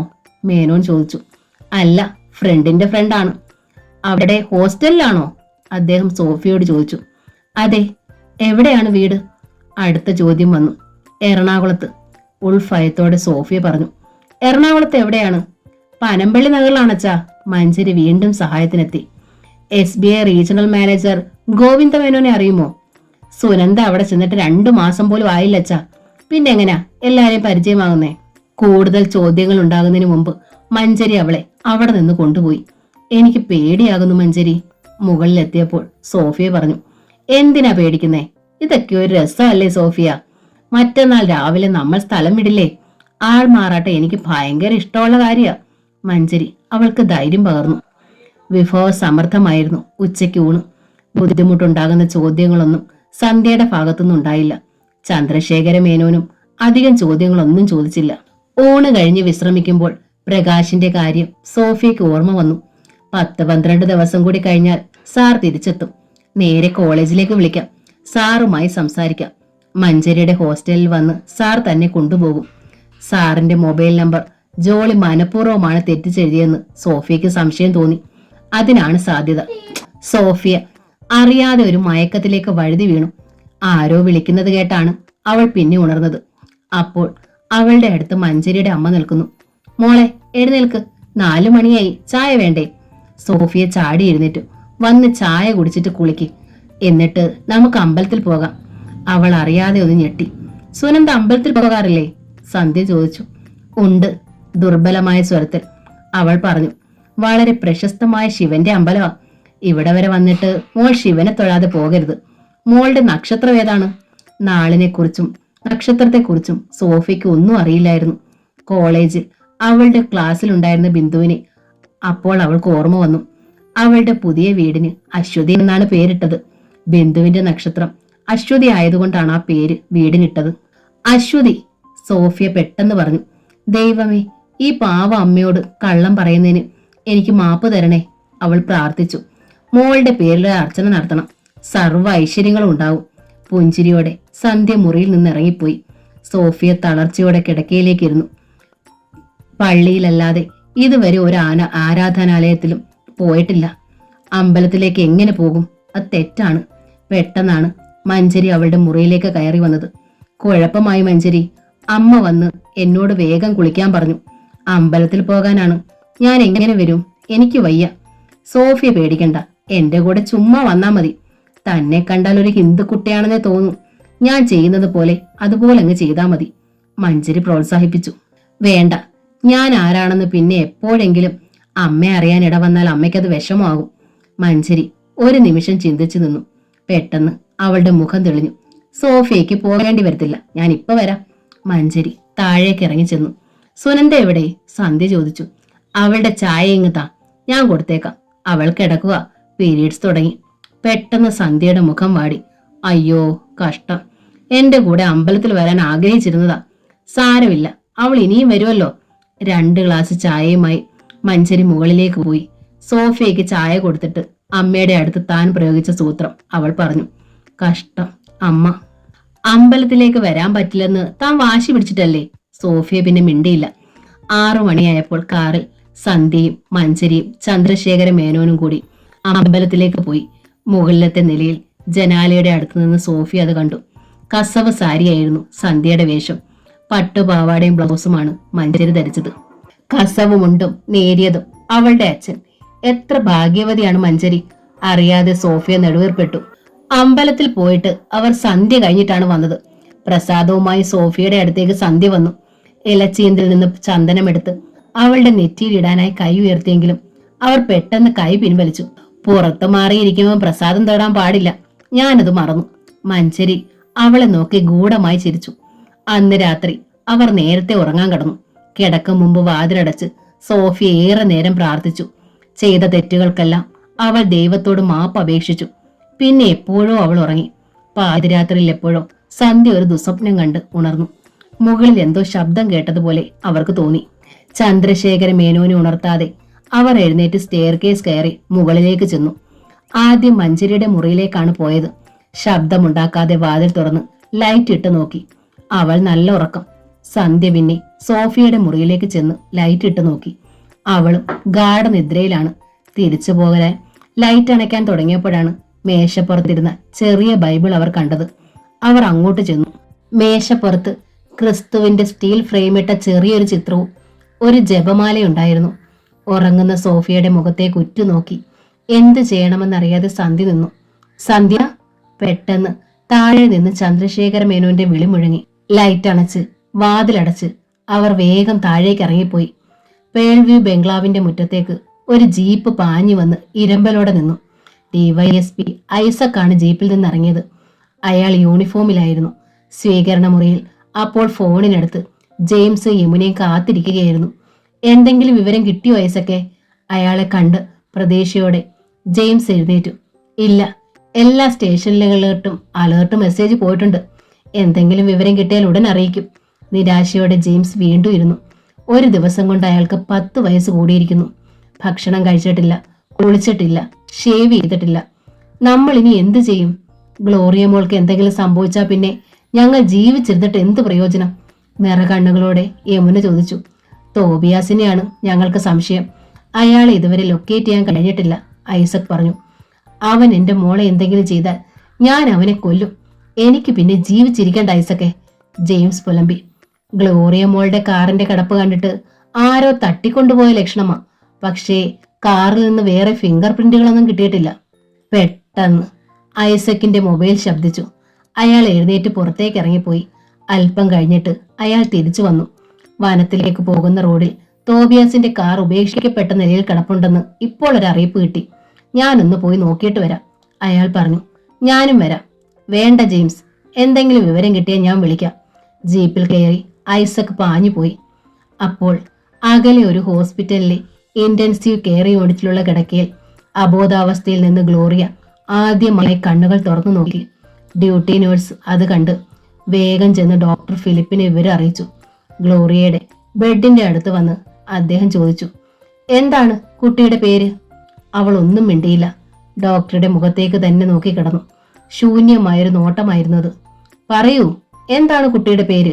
വീട് എവിടെയാണ്? കുട്ടിയെ ഹെൽപ്പ് ചെയ്യാൻ വേണ്ടിയിട്ടാണ് ഞാൻ ചോദിക്കുന്നത്. 2 ദിവസമായി കുട്ടി അബോധാവസ്ഥയിൽ കിടക്കുകയായിരുന്നു. ഇപ്പോഴാണ് കണ്ണു തുറന്നത്. ഗ്ലോറിയ മറുപടി ഒന്നും പറഞ്ഞില്ല. താൻ പറഞ്ഞതൊന്നും അവൾക്ക് മനസ്സിലായിട്ടില്ലെന്ന് ഡോക്ടർ ഫിലിപ്പിന് തോന്നി. അദ്ദേഹം ഇന്റൻസീവ് യൂണിറ്റിൽ നിന്ന് പുറത്തേക്ക് ഇറങ്ങി. എന്നിട്ട് ഫോൺ എടുത്ത് ഒരു നമ്പർ ഡയൽ ചെയ്തു. ഹലോ അലക്സ്, താൻ കൊണ്ടുവന്ന് അഡ്മിറ്റാക്കിയ കുട്ടിക്ക് ഇത്തിരി മുമ്പ് ബോധം വീണു. പക്ഷെ ചോദിച്ചിട്ട് ഒരക്ഷരം പോലും മിണ്ടുന്നില്ല. ഞാൻ ഇതാ വരുന്നു ഡോക്ടർ. 10 മിനിറ്റ് കഴിഞ്ഞപ്പോൾ തേയിലത്തോട്ടത്തിന്റെ താഴ്വരയിലുള്ള ആ മനോഹരമായ ആശുപത്രിയുടെ മുമ്പിൽ തിളങ്ങുന്ന ഒരു കാർ വന്നു നിന്നു. കാറിൽ നിന്ന് അലക്സ് എന്ന ചെറുപ്പക്കാരൻ ഇറങ്ങി. അയാൾ നേരെ ഡോക്ടർ ഫിലിപ്പിന്റെ അടുത്തേക്കാണ് ചെന്നത്. കാണണോ തനിക്ക്? ഡോക്ടർ ചോദിച്ചു. അയാളെയും കൊണ്ട് ഡോക്ടർ വീണ്ടും ഗ്ലോറിയയുടെ അടുത്തേക്ക് ചെന്നു. അവൾ കണ്ണുകൾ അടച്ച് കിടക്കുകയായിരുന്നു. താനൊന്ന് വിളിച്ചു നോക്ക്, ഡോക്ടർ പറഞ്ഞു. ഹലോ. അവളുടെ മുഖത്തേക്ക് തല കുനിച്ച് അലക്സ് വിളിച്ചു. ഗ്ലോറിയ കണ്ണുകൾ തുറന്നു നോക്കി. കുട്ടി ആരാണ്? എങ്ങനെയാണ് ഈ തടാകത്തിൽ വീണത്? അലക്സ് ചോദിച്ചു. അവൾ വീണ്ടും കണ്ണുകൾ അടച്ചു. കാത്തു നിന്നിട്ടും അവൾ ഒന്നും മിണ്ടിയില്ല. താൻ വാ. ഡോക്ടർ ഫിലിപ്പും അലക്സും പുറത്തേക്ക് നടന്നു. വെള്ളത്തിൽ മുങ്ങിപ്പോയതല്ലേ, കുറെ നേരം ഓക്സിജൻ കിട്ടാതിരുന്നാൽ തലച്ചോറിലെ കോശങ്ങൾ പ്രവർത്തനരഹിതമാകും. ചില കേസുകളിൽ ഓർമ്മകൾ അപ്പാടെ മാഞ്ഞു പോയെന്നും വരാം, ഡോക്ടർ പറഞ്ഞു. അലക്സ് അദ്ദേഹത്തെ മിഴിച്ചു നോക്കി. അപ്പോഴാണ് ഒരു കാർ വന്ന് ഹോസ്പിറ്റലിന്റെ മുന്നിൽ വന്ന് നിന്നത്. ഇത് തന്നെയല്ലേ ഹോസ്പിറ്റൽ? പിൻ സീറ്റിലിരുന്ന് തോബിയാസ് ചോദിച്ചു. അതെ, അബോധാവസ്ഥയിൽ ഒരു പെൺകുട്ടിയെ കൊണ്ടുവന്നിട്ടുണ്ടെന്ന് നേഴ്സിൽ നിന്നാണ് ഞാൻ അറിഞ്ഞത്, ഡ്രൈവിംഗ് സീറ്റിലിരുന്ന വിക്ടർ പറഞ്ഞു. വാ, നോക്കിയിട്ട് വരാം. കാറിൽ നിന്ന് തോബിയാസും അലനും ഇറങ്ങി. അവർ ഹോസ്പിറ്റലിലേക്ക് കയറി. ഡോക്ടർ ഫിലിപ്പും അലക്സും നിൽക്കുന്നത് കണ്ട് അവർ അങ്ങോട്ട് ചെന്നു. എന്റെ മകൾ ഗ്ലോറിയെ 2 ദിവസമായി കാണാനില്ല. അവൾക്ക് ചില മാനസിക പ്രശ്നങ്ങളുണ്ട്. 18 വയസ്സ് തോന്നിക്കുന്ന ഒരു പെൺകുട്ടിയെ ഇവിടെ അഡ്മിറ്റ് ചെയ്തിട്ടുണ്ടെന്നറിഞ്ഞ് അന്വേഷിച്ച് വന്നതാണ് ഞാൻ, തോബിയാസ് പറഞ്ഞു. എന്താണ് നിങ്ങളുടെ പേര്? ജെയിംസ് ജോർജ് എന്നാണ്. ഇതാണ് എന്റെ മകളുടെ ഫോട്ടോ. പോക്കറ്റിൽ നിന്ന് ഗ്ലോറിയയുടെ ഒരു കളർ ഫോട്ടോ എടുത്ത് തോബിയാസ് നീട്ടി. അലക്സും ഡോക്ടർ ഫിലിപ്പും അത് വാങ്ങി നോക്കി. ഇത് തന്നെയാണ് കുട്ടി, ഡോക്ടർ പറഞ്ഞു. തോബിയാസിന്റെ മുഖത്ത് പെട്ടെന്ന് ആശ്വാസവും സന്തോഷവും വരുന്നു. എനിക്ക് എന്റെ മോളെ കൊണ്ടുപോകാമോ ഡോക്ടർ? ഏതെങ്കിലും സൂപ്പർ സ്പെഷ്യാലിറ്റി ഹോസ്പിറ്റലിൽ അഡ്മിറ്റ് ചെയ്യാനാണ്. അലക്സും ഡോക്ടർ ഫിലിപ്പും പരസ്പരം ഒന്ന് നോക്കി. വിരോധമില്ല, വരൂ, ചില പേപ്പേഴ്സിൽ ഒപ്പിട്ട് തരണം, അത്രേ ഉള്ളൂ, ഡോക്ടർ പറഞ്ഞു. തോബിയാസും അലനും സന്തോഷത്തോടെ ഡോക്ടർ ഫിലിപ്പിന്റെ പിന്നാലെ ചെന്നു. അലക്സ് അപ്പോൾ മൊബൈലിൽ എടുത്തൊരു നമ്പർ ഡയൽ ചെയ്തു. ഫോൺ ബെല്ലടിക്കാൻ തുടങ്ങിയപ്പോൾ ഇൻസ്പെക്ടർ ചന്ദ്രമോഹൻ റിസീവർ എടുത്തു. പോലീസ് സ്റ്റേഷൻ, അയാൾ പറഞ്ഞു. ചന്ദ്രമോഹൻ സാറല്ലേ? അലക്സ് ചോദിച്ചു. അതെ സർ, ഞാനാണ് അലക്സ്. ഹിൽവ്യൂ ഹോസ്പിറ്റലിൽ നിന്നാണ് വിളിക്കുന്നത്. ആ പെൺകുട്ടിയുടെ ഫാദറാണെന്ന് അവകാശപ്പെട്ട് ഒരാൾ എത്തിയിട്ടുണ്ട്. ആരാണ് അയാൾ? ജെയിംസ് ജോർജ് എന്നാണ് പേര് പറഞ്ഞത്. ഒപ്പം വേറൊരാളും ഉണ്ട്. കുട്ടിക്ക് ബോധം തെളിഞ്ഞോ? ഉവ്വ്, ഇത്തിരി മുമ്പാണ്. പക്ഷേ എന്ത് ചോദിച്ചിട്ട് സംസാരിക്കുന്നില്ല. ഊമയാണോ അതോ വേറെന്തെങ്കിലും തകരാറാണോ എന്നറിയില്ല. ഓക്കെ, ഞാനിതാ വരുന്നു. ഡോക്ടർ ഫിലിപ്പിനോട് പറഞ്ഞേക്ക്. ശരി സാർ. മൊബൈൽ വീണ്ടും പോക്കറ്റിലിട്ട് അലക്സ് ഇന്റൻസീവ് കെയർ യൂണിറ്റിലേക്ക് ചെന്നു. മയക്കത്തിലായിരുന്നു ഗ്ലോറിയ. ഉണർത്തണ്ട സാർ, എന്റെ മുഖം കണ്ടാൽ അവൾക്ക് വീണ്ടും കലിയിളകും. എന്നോട് വഴക്കിട്ട് പിണങ്ങി ഇറങ്ങിയതാ എന്റെ മോൾ ഇവിടെ വന്ന് ഈ പണി ചെയ്തത്. ദുഃഖഭാര അഭിനയിച്ച് തോബിയാസ് പറഞ്ഞു. അവർ ഇന്റൻസീവ് കെയർ യൂണിറ്റിൽ നിന്ന് പുറത്തിറങ്ങി. അപ്പോഴാണ് അലക്സ് വന്നത്. ഇത് മിസ്റ്റർ അലക്സ് ചെറിയാൻ. ഇദ്ദേഹം തടാകത്തിൽ ബോട്ടിംഗ് നടത്തുമ്പോഴാണ് ഗ്ലോറിയെ മൃതാവസ്ഥയിൽ കാണുന്നതും രക്ഷപ്പെടുത്തുന്നതും. ഡോക്ടർ ഫിലിപ്പ് അയാളെ തോബിയാസിന് പരിചയപ്പെടുത്തി കൊടുത്തു. തോബിയാസ് പെട്ടെന്ന് രണ്ട് കൈകളും കൊണ്ട് അലക്സിന്റെ കൈ എടുത്ത് കൂട്ടിപ്പിടിച്ചു. അലക്സ് ഇപ്പൊ എന്ത് ചെയ്യുന്നു? മനസ്സിൽ പതിഞ്ഞുയർന്ന കോപം അമർത്തിപ്പിടിച്ച് പുഞ്ചിരിയോടെ തോബിയാസ് ചോദിച്ചു. ഈ നശിച്ചവൻ കണ്ടുപിടിച്ചില്ലായിരുന്നെങ്കിൽ ഗ്ലോറിയ അജ്ഞാത ശവമായി തടാകത്തിൽ ഇപ്പോൾ ഒഴുകി നടന്നേനെ. MBA കഴിഞ്ഞു ഞാൻ. എസ്റ്റേറ്റിൽ പേഴ്സണൽ മാനേജറായി വർക്ക് ചെയ്യുകയാണ്. തോബിയാസ് പെട്ടെന്ന് ഡോക്ടർ ഫിലിപ്പിന്റെ നേരെ തിരിഞ്ഞു. എനിക്ക് മോളെ കൊണ്ടുപോകാമല്ലോ ഡോക്ടർ? തീർച്ചയായും. അതിനു മുമ്പ് ഒരു റിക്വസ്റ്റ് എഴുതി ഒപ്പിട്ട് തരണം. സ്വന്തം ഇഷ്ടപ്രകാരമാണ് മകളെ ഇവിടുന്ന് കൊണ്ടുപോകുന്നതെന്ന്. അഡ്രസ്സും ഫോൺ നമ്പരും എഴുതുകയും വേണം, ഡോക്ടർ പറഞ്ഞു. എഴുതി തരാൻ ഡോക്ടറെ. ഡോക്ടർ ഫിലിപ്പാണ് ഹിൽവ്യൂ ഹോസ്പിറ്റലിന്റെ മാനേജിംഗ് ഡയറക്ടർ. അലക്സിന്റെ ബന്ധു കൂടിയാണ്. സ്വന്തം മുറിയിലേക്ക് തോബിയാസിനെ കൊണ്ടുവന്ന് ഡോക്ടർ ഫിലിപ്പ് ഒരു കടലാസ് എടുത്തു കൊടുത്തു. അയാൾ അലന്റെ സഹായത്തോടെ അപേക്ഷ എഴുതാൻ തുടങ്ങിയപ്പോൾ ഡോക്ടർ ഫിലിപ്പ് പുറത്തേക്കിറങ്ങി. അലക്സ് വെളിയിൽ കാത്തു നിൽക്കുന്നുണ്ടായിരുന്നു. സ്റ്റേഷനിലേക്ക് വിളിച്ചായിരുന്നോ? ശബ്ദം തേഴ്ത്തി ഡോക്ടർ ചോദിച്ചു. ഉവ്, ഇൻസ്പെക്ടർ ഇപ്പോൾ വരും. താൻ ഈ നേരത്ത് വന്നത് നന്നായി. അല്ലെങ്കിൽ സ്റ്റേഷനിലേക്ക് എനിക്ക് വിളിക്കേണ്ടതായി വന്നേനെ. അജ്ഞാതയായ ഒരു പെൺകുട്ടി അവളുടെ പിതാവാണെന്ന് അവകാശപ്പെട്ട് അപരിചിതനായ ഒരാൾ വരുമ്പോൾ സാക്ഷിയോ തെളിവോ ഇല്ലാതെ അവളെ കൈമാറുന്നത് ബുദ്ധിയല്ലല്ലോ, ഡോക്ടർ പറഞ്ഞു. ആ കുട്ടിയെ അഡ്മിറ്റാക്കിയ അന്ന് മുതൽ തന്നെ പോലീസിൽ വിവരം അറിയിച്ചത് നന്നായെന്ന് ഇപ്പോൾ തോന്നുന്നു. അപ്പോൾ പുറത്ത് ഒരു ജീപ്പ് വന്നു നിൽക്കുന്ന ശബ്ദം അവർ കേട്ടു. ഇൻസ്പെക്ടർ വന്നെന്ന് തോന്നുന്നു. സർക്കിൾ ഇൻസ്പെക്ടർ ചന്ദ്രമോഹനും 2 കോൺസ്റ്റബിൾമാരും കയറി വന്നു. എവിടെ അയാൾ? ഇൻസ്പെക്ടർ ചോദിച്ചു. എന്റെ റൂമിലുണ്ട്. കുട്ടിയെ കൊണ്ടുപോകാൻ റിക്വസ്റ്റ് എഴുതുകയാണ്. അവർ ഡോക്ടർ ഫിലിപ്പിന്റെ മുറിയിലേക്ക് ചെന്നു. ഇൻസ്പെക്ടറെ കണ്ട് തോബിയാസ് ഞെട്ടി. എന്താണ് നിങ്ങളുടെ പേര്? ഇൻസ്പെക്ടർ ചോദിച്ചു. James George. തോബിയാസ് പെട്ടെന്ന് പറഞ്ഞു. നിങ്ങളുടെ മകളാണോ ഈ കുട്ടി? അതെ സാർ. എന്തിനാ അവൾ ഇവിടെ വരെ വന്ന് ആത്മഹത്യക്ക് ശ്രമിച്ചത്? അവൾ ഒരു പയ്യനുമായി സ്നേഹത്തിലായിരുന്നു. അവനെ തന്നെ കെട്ടണമെന്ന് അവൾക്ക് ഒരേ വാശി. ഞാൻ എതിർത്തു. ഞങ്ങളുടെ നിലയ്ക്കും വിലയ്ക്കും ഒട്ടും യോജിക്കാത്തവനാ അവൻ. എന്നോടുള്ള ദേഷ്യത്തിലാ എന്റെ മോൾ. തോബിയാസിന്റെ കയ്യിലിരുന്ന കടലാസ് ഇൻസ്പെക്ടർ വാങ്ങി നോക്കി. അപേക്ഷ എഴുതി ഒപ്പിട്ട് കഴിഞ്ഞിരുന്നു തോബിയാസ്. പേൾവ്യൂ ബംഗ്ലാവ് എന്നാണ് വീട്ടുപേര് അല്ലേ? അതെ. കടലാസിൽ കൊടുത്തിരുന്ന ഫോൺ നമ്പറിലേക്ക് ഇൻസ്പെക്ടർ അയാളുടെ മൊബൈലിൽ നിന്ന് വിളിച്ചു. അത് കണ്ട് തോബിയാസിന്റെ മുഖം വിളറി. ഹലോ, പീരുമേട് സർക്കിൾ ഇൻസ്പെക്ടറാണ് വിളിക്കുന്നത്. ഇത് പേൾവ്യൂ ബംഗ്ലാവാണോ? അല്ല സർ, അജന്ത ജ്വല്ലറിയാണ്. ആ കോൾ ക്യാൻസൽ ചെയ്തിട്ട് തോബിയാസിന് ഇൻസ്പെക്ടർ ഒന്ന് നോക്കി. സത്യം പറ, ആരാണ് നിങ്ങൾ? ഇൻസ്പെക്ടർ ചോദിച്ചു. സർ, ഞാൻ തോബിയാസ് പരിഭ്രമത്തോടെ അലനെ നോക്കി. അപ്പോഴാണ് തോബിയാസിന്റെ മൊബൈൽ ബെല്ലടിക്കാൻ തുടങ്ങിയത്. അയാളുടെ പോക്കറ്റിൽ നിന്ന് ഇൻസ്പെക്ടർ അത് ബലമായി പിടിച്ചെടുത്ത് ചെവിയോട് ചേർത്തു. തോബിയാസിന്റെ ഭാര്യ മേഴ്സിയാണ് വിളിച്ചത്. ഹലോ, ഇൻസ്പെക്ടർ പറഞ്ഞു. ഇത് എവിടെ പോയേക്കുവാ? പോലീസുകാർ വന്ന് ഇവിടെ മുഴുവൻ അരിച്ചു പെറുക്കിയിട്ട് ഇപ്പോഴങ്ങോട്ട് ഇറങ്ങിയതേ ഉള്ളൂ. തോബിയാസ് എവിടെ ഉണ്ടടിയെന്നും ചോദിച്ച് ആ DYSP എന്നോട് ചാടി കയറി. ആ പെണ്ണ് ചത്തൂന്നാ തോന്നുന്നേ. 2 ദിവസമായിട്ട് കാണാതായിട്ട് 2-3 ദിവസമായിരുന്നു. ഇൻസ്പെക്ടർ മൊബൈൽ ചെവിയിൽ നിന്ന് എടുത്ത് തോബിയാസിന് നീട്ടി. സംസാരിക്ക്. തോബിയാസ് അത് വാങ്ങിയെങ്കിലും സംസാരിച്ചില്ല. അയാൾ ഭയത്തോടെ ഇൻസ്പെക്ടറെ നോക്കി. ഇവര് രണ്ടുപേരെ ഞങ്ങൾ കൊണ്ടുപോവുക ഡോക്ടർ. ഒന്ന് പെരുമാറിക്കഴിഞ്ഞാൽ സത്യം പുറത്തു വരും.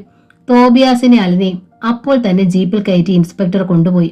1 മണിക്കൂർ കഴിഞ്ഞപ്പോൾ പോലീസ് സ്റ്റേഷനിൽ നിന്ന് ഇൻസ്പെക്ടർ ചന്ദ്രമോഹന്റെ ഫോൺ കോൾ ഹോസ്പിറ്റലിലേക്ക് വന്നു. ഡോക്ടറെ, ആ കുട്ടിയുടെ യഥാർത്ഥ പേര് ഗ്ലോറി എന്ന് തന്നെയാണ്. ഫാദറിന്റെ പേരും ജെയിംസ് എന്ന് തന്നെയാണ്.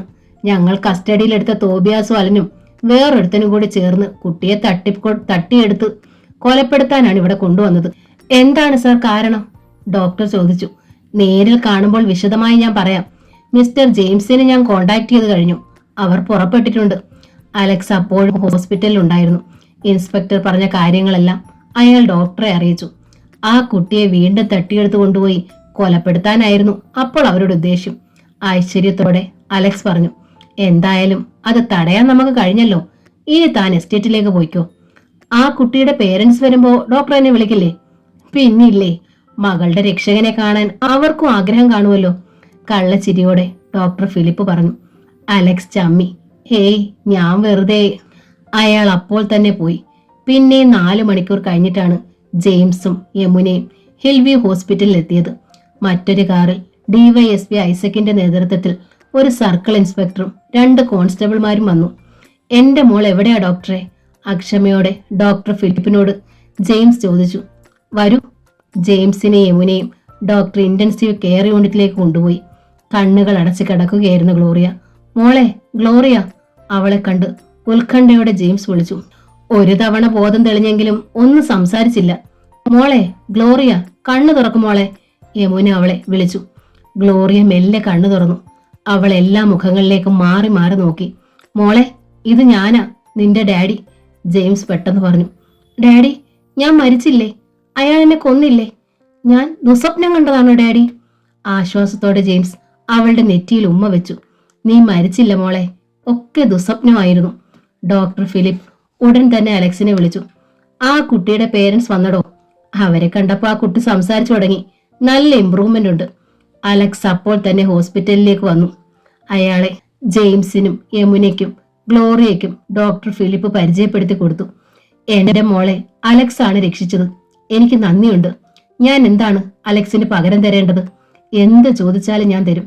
കാരണം ഇവൾ എന്റെ ഏകപുത്രിയാണ്. എന്റെ സ്വത്ത് മുഴുവൻ അനുഭവിക്കേണ്ടവൾ. ജെയിംസ് പറഞ്ഞു. അലക്സിന് ഒരു പാരിതോഷവും ആവശ്യമില്ല. ചുരുളിമല ടീ എസ്റ്റേറ്റ് എന്ന് മിസ്റ്റർ ജെയിംസ് കേട്ടിട്ടുണ്ടോ? 1000 ഏക്കറിലധികം വലിപ്പമുള്ള തേയിലത്തോട്ടത്തിന്റെ ഉടമയാണ് അലക്സിന്റെ അപ്പൻ കുര്യാക്കോസ്. ഡോക്ടർ ഫിലിപ്പ് പറഞ്ഞു. ഗ്ലോറിയെ രക്ഷപ്പെടുത്താൻ കഴിഞ്ഞതിൽ എനിക്ക് സന്തോഷമുള്ളൂ. ഒക്കെ ഒരു ഭാഗ്യമെന്നേ ഞാൻ വിചാരിക്കുന്നുള്ളൂ, അലക്സ് പറഞ്ഞു. ഗ്ലോറിയ നന്ദിപൂർവ്വം അയാളെ ഒന്ന് നോക്കി. എനിക്ക് എന്റെ മോളെ ഇന്ന് തന്നെ കൊണ്ടുപോകാൻ പറ്റുമോ ഡോക്ടർ? ജെയിംസ് ചോദിച്ചു. ഇന്ന് വേണ്ട, നാളെ മതി, ഡോക്ടർ പറഞ്ഞു. ഇന്ന് എസ്റ്റേറ്റ് ഗസ്റ്റ് ഹൗസിൽ 2 പേർക്കും താമസിക്കാം. അലക്സ് അവരെ ക്ഷണിച്ചു. ഇന്ന് ഞങ്ങൾ മോളോടൊപ്പമാണ്. പോകും മുമ്പ് ഗസ്റ്റ് ഹൗസിൽ വന്ന് താമസിക്കുന്നുണ്ട് പോരെ? യമുന ചോദിച്ചു. തോബിയാസിനെയും അലനെയും ഡിവൈഎസ്പി ഐസക്കിന് സർക്കിൾ ഇൻസ്പെക്ടർ ചന്ദ്രമോഹൻ കൈമാറി. അവരെയും കൊണ്ട് ഐസക് നാട്ടിലേക്ക് പോയി. അല്പനേരം കൂടി സംസാരിച്ചിരുന്ന ശേഷം അലക്സ് യാത്ര പറഞ്ഞു പോയി. നല്ല ചെറുപ്പക്കാരനല്ലേ? ജെയിംസിനോട് യമുന ചോദിച്ചു. അതെ, കൂടുതൽ വിവരങ്ങൾ പോകും മുമ്പ് നമുക്ക് അന്വേഷിക്കണം. യമുന പറഞ്ഞത് അയാൾ ശരിവെച്ചു. ഗ്ലോറിയ പുഞ്ചിരിച്ചു. കോണിപ്പടി കയറി സന്ധ്യ മുകളിലേക്ക് ചെന്നു. സോഫിയയുടെ മുറി അടഞ്ഞു കിടക്കുകയായിരുന്നു. അപ്പോൾ ഉള്ളിൽ കൂട്ടുകാരികൾ തമ്മിൽ എന്തോ പറഞ്ഞ് പൊട്ടിച്ചിരിക്കുന്നത് സന്ധ്യ കേട്ടു. അവൾ മഞ്ജരിയുടെ മുറിയിലേക്ക് കയറി. അപ്പോഴാണ് മകളുടെ ഫോൺ കട്ടിലിൽ കിടക്കുന്നത് അവർ കണ്ടത്. സന്ധ്യ അതെടുത്തു നോക്കി. ദീപയുടെ നമ്പർ അതിൽ കാണും. അവളെ വിളിച്ചു ചോദിച്ചാൽ സുനന്ദയെക്കുറിച്ച് കൂടുതൽ അറിയാൻ കഴിയും. ദീപയുടെ ഫ്രണ്ടാണ് അവളാണെന്നാണല്ലോ മഞ്ജരി പറഞ്ഞത്. സന്ധ്യ വേഗം ദീപയുടെ നമ്പർ കണ്ടുപിടിച്ച് അവളെ വിളിച്ചു. മോളെ, ഇത് മഞ്ജരിയുടെ അമ്മയാണ്. മോളുടെ കൂട്ടുകാരിയും കൊണ്ടാണ് അവൾ ഇന്നലെ വീട്ടിൽ വന്നത്. എന്റെ കൂട്ടുകാരിയോ? അതാരാണ്? കൗതുകത്തോടെ ദീപ ചോദിച്ചു. സുനന്ദ. സുനന്ദയോ? ആ പേരിൽ എനിക്ക് ഫ്രണ്ട്സ് ഒന്നും ഇല്ലല്ലോ. സന്ധ്യ ഒന്ന് പകച്ചു. ദീപയുടെ ഫ്രണ്ട് ആണെന്നും പറഞ്ഞാണ് അവൾ ഇന്നലെ ആ കുട്ടി ഇവിടെ കൊണ്ടുവന്നത്. ഓ, സോഫിയയുടെ കാര്യമായിരിക്കും അമ്മ പറയുന്നത്. സുനന്ദ എന്നല്ല, സോഫി എന്നാണ് അവളുടെ പേര്. താങ്ക്സ് മോളെ, ഞാൻ വെറുതെ വിളിച്ചെന്നേ ഉള്ളൂ. സന്ധ്യ റിസീവർ വെച്ചു. അപ്പോൾ സുനന്ദ യഥാർത്ഥത്തിൽ സോഫിയയാണ്. കഴിഞ്ഞ രാത്രിയിൽ അവളുടെ മുറിയിൽ ക്രിസ്തുവിന്റെ ചിത്രവും വേദപുസ്തകവും ജപമണിമാലയും കണ്ടപ്പോൾ തന്നെ സംശയം തോന്നിയതാണ്. പിന്നെ എന്തിനാണ് ഈ ആൾമാറാട്ടം? സോഫിയോട് തന്നെ ചോദിക്കുന്നതാണ് നല്ലതെന്ന് സന്ധ്യയ്ക്ക് തോന്നി. മഞ്ജരി കേൾക്കണ്ട. ശബ്ദമുണ്ടാക്കാതെ സന്ധ്യ താഴേക്ക് ഇറങ്ങിപ്പോയി. വൈകുന്നേരം മഞ്ജരി കുളിക്കാൻ ബാത്റൂമിലേക്ക് കയറിയപ്പോൾ സോഫിയയുടെ മുറിയിലേക്ക് സന്ധ്യ ചെന്നു. അവരുടെ മുഖം കണ്ടപ്പോൾ എന്തോ പന്തികേടുണ്ടെന്ന് സോഫിയയ്ക്ക് തോന്നി. സന്ധ്യ സോഫിയയുടെ അടുത്ത് ചെന്ന് അവളുടെ കണ്ണുകളിലേക്ക് ഉറ്റുനോക്കി ഒരു നിമിഷം നിന്നു. സത്യം പറ, ആരാണ് നീ? സോഫിയ ഒന്ന് ഞെട്ടി. ഞാൻ ഞാൻ നീ സുനന്ദയല്ല. ദീപയുടെ ഫ്രണ്ട് സുനന്ദയാണ് നീ എന്നാണ് ഇന്നലെ മഞ്ജരി എന്നോട് പറഞ്ഞത്. ഞാൻ കുറച്ചു മുമ്പേ ദീപയോട് സംസാരിച്ചു. സോഫിയല്ലേ നീ? അതെ എന്ന അർത്ഥത്തിൽ സോഫിയ തല കുലുക്കി. അവൾ സന്ധ്യയെ ദയനീയമായി നോക്കി. എന്തിനായിരുന്നു ഈ കപട നാടകം? അമ്മ ക്ഷമിക്കണം, ഞാൻ ആരുമില്ലാത്തവളാണ്. 4-5 ദിവസം മുമ്പ് മാത്രമാണ് മഞ്ജരി എന്നെ പരിചയപ്പെടുന്നത്. എന്നെക്കുറിച്ച് മഞ്ജരിക്ക് ഒന്നും അറിയില്ല, ഞാൻ പറഞ്ഞിട്ടുള്ളതല്ലാതെ. അപരിചിതയായ ഒരു പെണ്ണിന് ഇവിടെ പ്രവേശനം കിട്ടില്ലെന്ന് വിചാരിച്ചാണ് മഞ്ജരി. സോഫിയയുടെ കണ്ണുകൾ നിറഞ്ഞു. നിനക്ക് ആരുമില്ലെന്ന് പറഞ്ഞാൽ? കൗതുകത്തോടെ സന്ധ്യ ചോദിച്ചു. കുറെ നാൾ മുമ്പ് വരെ ഞാൻ ലിറ്റിൽ ഫ്ലവർ ഓർഫനേജിലെ അന്തേവാസിയായിരുന്നു. പിഞ്ചു കുഞ്ഞായിരുന്നപ്പോൾ ഞാൻ അവിടെ എത്തിയതാണ്. നിനക്ക് എത്ര വയസ്സുണ്ട് മോളെ? പെട്ടെന്ന് സന്ധ്യ ചോദിച്ചു. 18 വയസ്സ് കഴിഞ്ഞു. സന്ധ്യയുടെ ഹൃദയം അറിയാതൊന്ന് തുടിച്ചു. നിന്റെ മാതാപിതാക്കളെ കുറിച്ച് എന്തെങ്കിലും അറിയാമോ നിനക്ക്? അറിയില്ല. നിർമ്മല എന്നൊരു സ്ത്രീയാണ് എന്നെ ഓർഫനേജിൽ കൊണ്ടുവന്ന് കൊടുത്തതെന്ന് മദർ ലത്തീഷ്യ പറഞ്ഞിട്ടുണ്ട്. നിർമ്മല? സന്ധ്യ ഞെട്ടി. വേറെ ഒന്നും അറിയില്ലേ മോൾക്ക് അച്ഛനമ്മമാരെ കുറിച്ച്? പ്രതീക്ഷയോടെ അവൾ ചോദിച്ചു.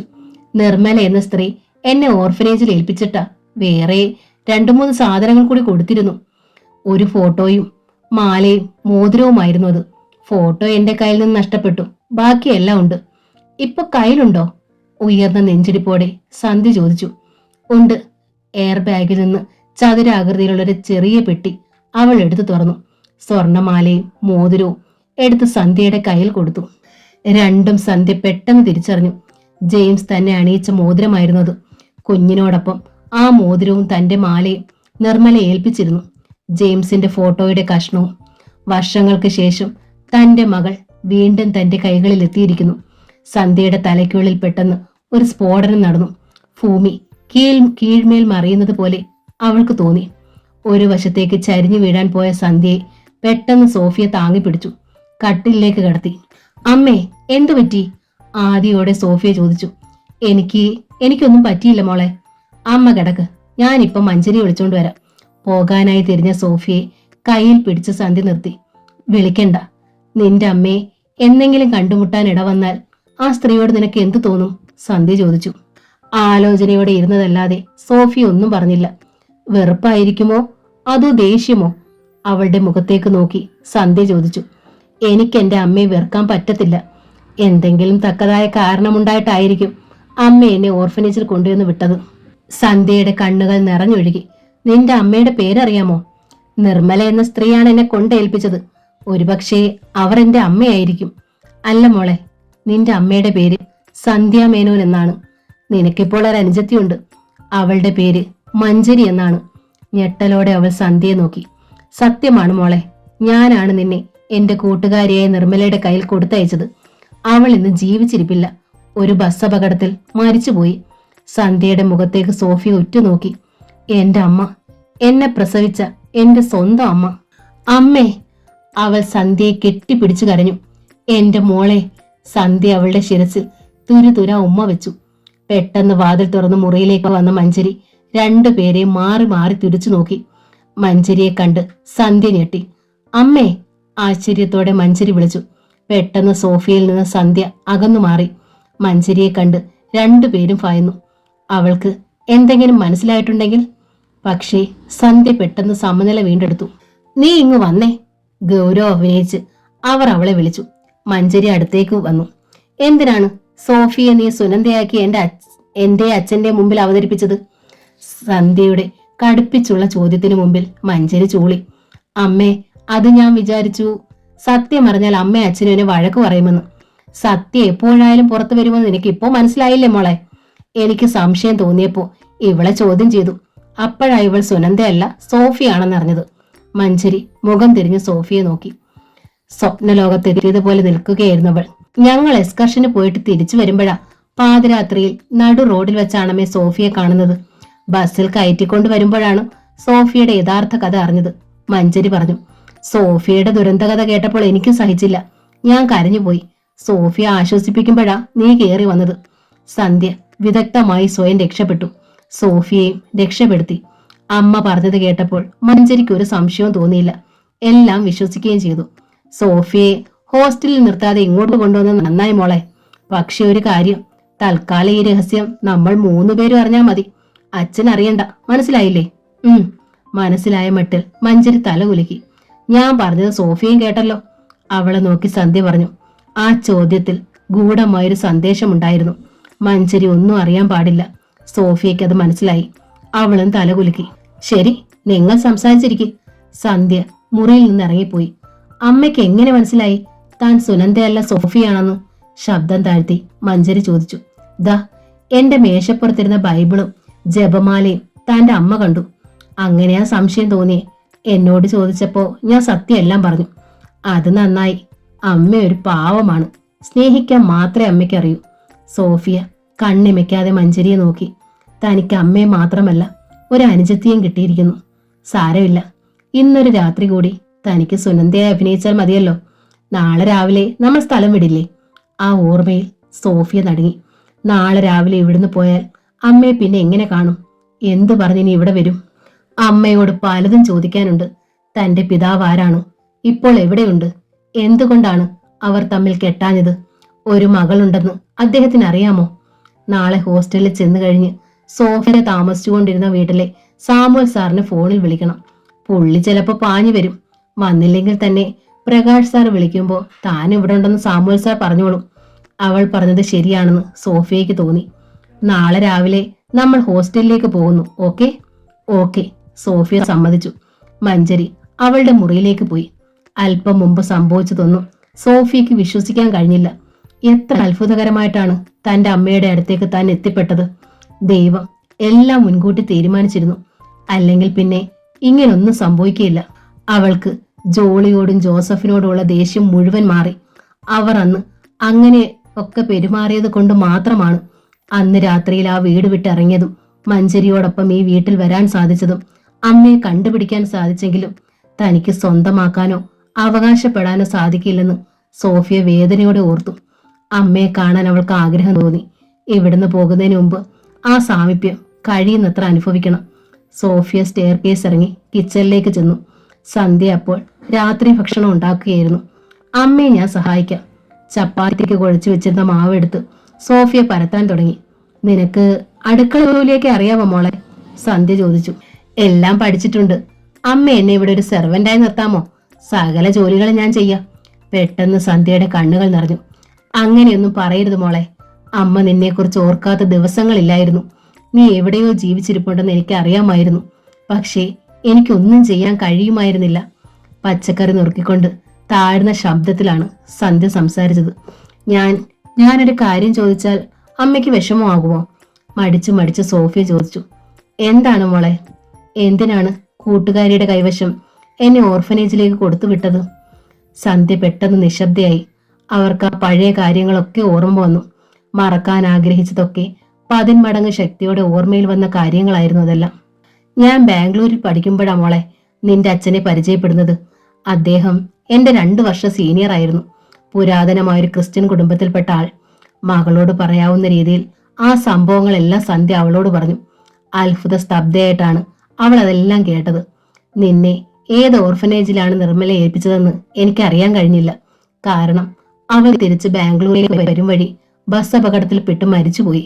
സോഫിയയ്ക്ക് അമ്മയെ കുറ്റപ്പെടുത്താൻ കഴിഞ്ഞില്ല. പക്ഷെ അച്ഛൻ തന്റെ ഇടമില്ലാത്തവരാണ്. അമ്മയെ അന്ന് സ്വീകരിച്ചിരുന്നെങ്കിൽ എന്റെ അച്ഛൻ ഇപ്പോൾ എവിടെ ഉണ്ടെന്ന് അമ്മയ്ക്ക് അറിയാമോ? സന്ധ്യ അവളുടെ മുഖത്തേക്ക് ഒന്ന് നോക്കി. മകളുടെ മനസ്സിലെ ആകാംക്ഷയുടെ തീവ്രത അവളുടെ കണ്ണിൽ നിന്ന് അവൾക്ക് അറിയാൻ കഴിഞ്ഞു. അറിയാം. എവിടെയാണ്? ഇവിടുന്ന് 7-8 മണിക്കൂർ ദൂരെയാണ്. കുറെ വലിയ സ്ഥാപനങ്ങളുടെ ഉടമയാണ്. ഇടയ്ക്കൊക്കെ അതിന്റെ പരസ്യങ്ങൾ പത്രത്തിൽ വരാറുണ്ട്, അദ്ദേഹത്തിന്റെ ഫോട്ടോ സഹിതം. അങ്ങനെയാണ് ആൾ എവിടെയുണ്ടെന്ന് ഞാൻ അറിഞ്ഞത്. എനിക്കൊന്ന് കാണണം. വേണ്ട മോളെ, കുടുംബമായി കഴിയുന്ന ആളല്ലേ, സന്ധ്യ നിരുത്സാഹപ്പെടുത്തി. ഫോട്ടോ എങ്കിലും എന്റെ കയ്യിലൊന്നുമില്ല. നീ നിന്റെ പ്രകാശ് സാറിനെ കുറിച്ച് പറ, നല്ല ആളാണോ? വിഷയം മാറ്റാനായി സന്ധ്യ ചോദിച്ചു. നല്ല ആളാ അമ്മേ. സാറിപ്പോൾ മൈസൂറില്ല. കോഴ്സ് കഴിഞ്ഞ് വന്നാൽ എന്നെ കാണാൻ വരും. അതുവരെ നിനക്ക് എന്റെ കൂടെ താമസിച്ചൂടെ മോളെ? സന്ധ്യ ആഗ്രഹത്തോടെ ചോദിച്ചു. എനിക്ക് വാശിയുണ്ട്, പക്ഷേ മഞ്ചരി നാളെ എന്നെ കൊണ്ടുപോകുമല്ലോ. ഞാൻ അവളോട് സംസാരിക്കാം. അല്പനേരം കഴിഞ്ഞപ്പോൾ മഞ്ചരി കിച്ചണിലേക്ക് വന്നു. താൻ ഇവിടെ നിൽക്കുമായിരുന്നു? റൂമിൽ നോക്കിയിട്ട് കണ്ടില്ല. ഞാൻ അമ്മയെ ഹെൽപ്പ് ചെയ്യായിരുന്നു. നാളെ നിനക്ക് ഇവളെ കൊണ്ടുപോകണോ മോളെ? ഒരാഴ്ച ഇവിടെ നിൽക്കട്ടെ. അവിടെ വന്നാലും റൂമിലിരുന്ന് ബോറടിക്കണ്ടായോ? സന്ധ്യ ചോദിച്ചു. എന്റെ മനസ്സ് വായിച്ചതുപോലെയാണല്ലോ അമ്മ പറഞ്ഞത്. ഞാനാ ഈ കാര്യം അങ്ങോട്ട് പറയാനിരിക്കുമായിരുന്നു. ആകെ ഒരു ഗസ്റ്റ് റൂമേ ഉള്ളൂ ഹോസ്റ്റലിൽ. ഏതെങ്കിലും VIP വന്നാൽ പ്രശ്നമാകും. അടുത്ത ആഴ്ച ഞാൻ വരുമ്പോ സോഫിയെ കൊണ്ടുപോകാം. സന്തോഷത്തോടെ മഞ്ചരി പറഞ്ഞു. അത് മതി, ഞാൻ ഇവിടെ നിന്നോളാം. സമ്മതിക്കുന്ന മട്ടിൽ സോഫിയ പറഞ്ഞു. പക്ഷേ അച്ഛനോട് എന്തു പറയും? മഞ്ചരി ചോദിച്ചു. ഫൈനൽ ഇയർ ആണ്. ഇവളുടെ ക്ലാസ്സിലെ എല്ലാവരും എക്സ്കർഷന് ഹൈദരാബാദിലേക്ക് പോവുകയാണെന്നും ഇവൾ ഹൈദരാബാദിൽ മുമ്പ് പോയിട്ടുള്ളത് കൊണ്ട് പോകുന്നില്ലെന്നും പറയാം. സന്ധ്യ ഒരു പോംവഴി കണ്ടുപിടിച്ചു. ശരിയാ, അടുത്ത ആഴ്ച ക്ലാസ്സില്ലെന്ന് പറഞ്ഞാൽ മതി. പക്ഷേ അച്ഛന്റെ മുമ്പിൽ വെച്ച് സുനന്ദയെന്നേ സോഫിയെ വിളിക്കാവൂ, മഞ്ചരി ഓർമ്മിപ്പിച്ചു. അത് ഞാൻ മറക്കത്തില്ല. പിറ്റേന്ന് രാവിലെ ഒറ്റയ്ക്കാണ് മഞ്ചരി ഹോസ്റ്റലിലേക്ക് പോയത്. ചന്ദ്രശേഖര മേനോൻ കോടതിയിലേക്ക് പോയി കഴിഞ്ഞപ്പോൾ വീട്ടിൽ സന്ധ്യയും സോഫിയയും മാത്രം അവശേഷിച്ചു. അമ്മയ്ക്കും മകൾക്കും സ്നേഹിക്കാൻ പിന്നെ ഒരു തടസ്സവും ഉണ്ടായില്ല. സന്ധ്യ അവൾക്ക് ഇഷ്ടമുള്ള വിഭവങ്ങളെല്ലാം ഉണ്ടാക്കി കൊടുത്തു. ഷോപ്പിങ്ങിന് പോയി ഭംഗിയുള്ള ഉടുപ്പുകൾ വാങ്ങിക്കൊടുത്തു. എല്ലാം അവളെ അണിയിച്ചൊരുക്കി. ഹാൻഡ് ക്യാമറ ഉപയോഗിച്ച് സന്ധ്യ അവളുടെ ഒരുപാട് ഫോട്ടോകൾ എടുത്തു. ഒക്കെ എനിക്ക് കാണാനാണ്. ആൽബങ്ങളൊക്കെ എനിക്ക് കാണണം, സോഫിയ പറഞ്ഞു. 4-5 വലിയ ആൽബങ്ങൾ നിറയെ ഫോട്ടോകൾ ഉണ്ടായിരുന്നു. സന്ധ്യയുടെ കല്യാണം മുതലുള്ള ഫോട്ടോകൾ എല്ലാം അവർ സോഫിയെ കാണിച്ചു. എനിക്ക് 2 അനുജന്മാരുണ്ട് മോളെ, അതായത് നിന്റെ അമ്മാവന്മാർ. രമേശിന്റെ കല്യാണം കഴിഞ്ഞു. രാജീവൻ ദുബായിലാണ്, നാളെ വരും. ഇത്തവണ ലീവിന് കല്യാണം നടത്താനാണ് പ്ലാൻ. എനിക്ക് അമ്മയുടെ ബന്ധുക്കളെയൊക്കെ കാണാൻ ആഗ്രഹമുണ്ട്. എന്റെ വീട്ടിൽ നമുക്ക് ഒരു ദിവസം പോകാം മോളെ. 2-3 ദിവസം കഴിഞ്ഞ് സോഫിയയും കൊണ്ട് സന്ധ്യ അവരുടെ തറവാട്ടിലേക്ക് പോയി. കാറിൽ 1 മണിക്കൂർ യാത്ര. 4 കെട്ട് പോലെയുള്ള പഴയ തറവാടായിരുന്നു അത്. അവിടെ സന്ധ്യയുടെ ചേച്ചി സുമംഗലയും ഭർത്താവും മാത്രമാണ് താമസിച്ചിരുന്നത്. എല്ലാവരെയും സന്ധ്യ അവൾക്ക് പരിചയപ്പെടുത്തി കൊടുത്തു. മഞ്ചരിയുടെ കൂട്ടുകാരി സുനന്ദയെന്നാണ് അവരോട് പറഞ്ഞത്. രാജീവൻ വന്നില്ലേ ചേച്ചി? സുമംഗലയോട് സന്ധ്യ ചോദിച്ചു. ഇന്നലെ വന്നു, നാളെ അങ്ങോട്ട് വരാനിരിക്കും അവൻ. 40 ദിവസത്തെ ലീവേ ഉള്ളൂ. അതിനുള്ളിൽ പെണ്ണ് കാണൽ നടത്തി കല്യാണം കഴിഞ്ഞിട്ട് പോവണ്ടേ? അശോകൻ ചേട്ടന്റെ ഏർപ്പാടിൽ ഒരു പെണ്ണിനെ കാണാൻ പോയിരിക്കുക. സോഫിയ ആ വീടും പറമ്പും മുഴുവൻ നടന്നു കണ്ടു. അമ്മ ജനിച്ചു വളർന്ന തറവാട് ഒരുപക്ഷെ തന്റെ കുട്ടിക്കാലം ഇവിടെ ആയിരുന്നേനെ. ഉച്ചയ്ക്ക് അവർ ഊണ് കഴിച്ചുകൊണ്ടിരുന്നപ്പോഴാണ് പെണ്ണ് കാണൽ കഴിഞ്ഞ അശോകനും രാജീവനും വന്നത്. അവളെ രാജീവൻ ഇഷ്ടപ്പെട്ടില്ല, പൊക്കം കുറവ്, അശോകൻ പറഞ്ഞു. അപ്പോൾ രാജീവന്റെ കണ്ണ് സോഫിയയിലായിരുന്നു. ഇതാരാ ചേച്ചി? അയാൾ സന്ധ്യയോട് ചോദിച്ചു. ഇത് മഞ്ചരിയുടെ കൂട്ടുകാരിയാ, സുനന്ദ. എവിടാ സുനന്ദയുടെ വീട്? എറണാകുളത്താണ്. മഞ്ചരി പഠിപ്പിച്ചു തോർത്ത് സോഫിയ പറഞ്ഞു. അച്ഛൻ എന്ത് ചെയ്യുന്നു? ഷിപ്പ്യാർഡിൽ എഞ്ചിനീയർ ആണ്. എന്താണ് അച്ഛന്റെ പേര്? അടുത്ത ചോദ്യം വന്നു. രാധാകൃഷ്ണൻ നായർ. തട്ടും തടവും കൂടാതെ അവൾ മറുപടി പറയുന്നത് കേട്ട് സന്ധ്യ ആശ്വസിച്ചു. ആർക്കും ഒരു സംശയം തോന്നിയില്ലല്ലോ. ഊണ് കഴിഞ്ഞ് സന്ധ്യയും സോഫിയയും പോകാൻ തയ്യാറായി. അപ്പോൾ സന്ധ്യയെ മാറ്റി നിർത്തി രാജീവൻ സംസാരിച്ചു. ചേച്ചി, എനിക്ക് സുനന്ദയെ ശരിക്കും ഇഷ്ടപ്പെട്ടു. ആ കുട്ടി എനിക്ക് കല്യാണം കഴിക്കണമെന്ന് ആഗ്രഹമുണ്ട്. സന്ധ്യ ഞെട്ടിപ്പോയി. സോഫിയയുടെ സ്വന്തം അമ്മാവനാണ് രാജീവൻ. അത് നടക്കുമെന്ന് തോന്നുന്നില്ല മോനെ. ആ കുട്ടി പഠിക്കുമല്ലേ. ഇപ്പോ അതിന്റെ കല്യാണം അതിന്റെ വീട്ടുകാർ നടത്തത്തില്ല. സന്ധ്യ ഒഴിയാൻ ശ്രമിച്ചു. ആ കുട്ടിയുടെ വീട്ടിലെ ഫോൺ നമ്പർ മേടിച്ചതാ. ബാക്കി കാര്യം ഞാൻ ഏറ്റു. സന്ധ്യ ഒന്ന് പരിങ്ങി. നാളെ ആവട്ടെ, ഞാൻ അവളോട് സൗകര്യം പോലെ നമ്പർ മേടിച്ച് വെച്ചേക്കാം. സമയം കളയാനില്ല ചേച്ചി. ഇപ്പൊ കിട്ടിയ ഇപ്പൊ തന്നെ വിളിക്കായിരുന്നു. നാളെ ഞാൻ ആ കുട്ടിയുടെ വീട്ടിലേക്ക് പോകാം. ജാതകം ഒന്നും നോക്കാതെ പോകണ്ട, ചിലപ്പോ പൊരുത്തമില്ലെങ്കിൽ. സന്ധ്യ പിന്നെയും നിരുത്സാഹപ്പെടുത്തി. വിളിച്ചു ചോദിച്ചാലല്ലേ ജനന തീയതിയും നക്ഷത്രമൊക്കെ അറിയാൻ പറ്റൂ. നാളെ ഞാൻ അങ്ങോട്ട് വരാം. ചേച്ചിക്ക് ചോദിക്കാൻ ബുദ്ധിമുട്ടാണെങ്കിൽ ഞാൻ ചോദിച്ചോളാം. എന്തായാലും സുനന്ദയെ മാത്രമേ ഞാൻ കല്യാണം കഴിക്കൂ. അത്രയ്ക്ക് ഇഷ്ടമായി എനിക്ക് ആ കുട്ടിയെ. സോഫിയ ഒന്നും അറിഞ്ഞില്ല. നെഞ്ചിൽ വലിയ ഭാരവും പേറിയാണ് അവളെയും കൊണ്ട് സന്ധ്യ തിരിച്ചുപോയത്. നാളെ രാജീവൻ വരുമ്പോൾ എന്തു പറയും? ഫോൺ നമ്പർ കൊടുത്തില്ലെങ്കിൽ അവൻ കോളേജിൽ ചെന്ന് അന്വേഷിച്ചാലോ? സന്ധ്യ നടുങ്ങി. മാനസപുത്രി എന്ന നോവലിന്റെ ഈ ഭാഗം ഇവിടെ പൂർണ്ണമാവുകയാണ്. ഈ നോവൽ നിങ്ങൾക്ക് ഇഷ്ടമായെങ്കിൽ ലൈക്ക് ചെയ്ത് ഷെയർ ചെയ്ത് സബ്സ്ക്രൈബ് ചെയ്യണേ. താങ്ക്